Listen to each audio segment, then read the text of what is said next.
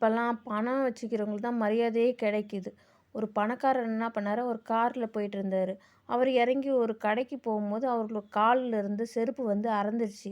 அப்ப பக்கத்து வீட்ல ஒருத்தவங்க கிட்ட அவர்கிட்ட சொல்லிட்டு போறாரு, "என் புது செருப்பு இது. இது வந்து அறந்துருச்சு. இன்னைக்கு ஒரு நாள் மட்டும் இங்க இருக்கட்டும். நாளைக்கு என் வேலைக்காரன அனுப்பி நான் எடுத்துக்கிறேன். இது புது செருப்புன்றனால என்னால தூக்கி போடுறதுக்கு மனசு வரல." அப்படின்னு சொன்னாரு. அதுக்கு அந்த வீட்ல இருக்கிறவங்க, "நீங்க எவ்வளோ பெரிய பணக்காரங்க. நீங்க வந்து எங்க வீட்ல செருப்பு வைக்கிறது எங்களுக்கு அதுவே ஒரு கௌரவம் தான். தாராளமா வைங்க." அப்படின்னு சொல்லி சொன்னாங்க. அவரு போனவர் தான் திரும்ப வந்து அந்த செருப்பு வந்து எடுத்துட்டே போல. வருஷம் ஆச்சு. அதுக்கப்புறமா அவர் இறந்து அவருடைய உடல் வந்து அந்த பக்கமா தான் போச்சு. அப்ப அந்த டைம்ல மழை நெறைய பேஞ்சுட்டு இருந்தது.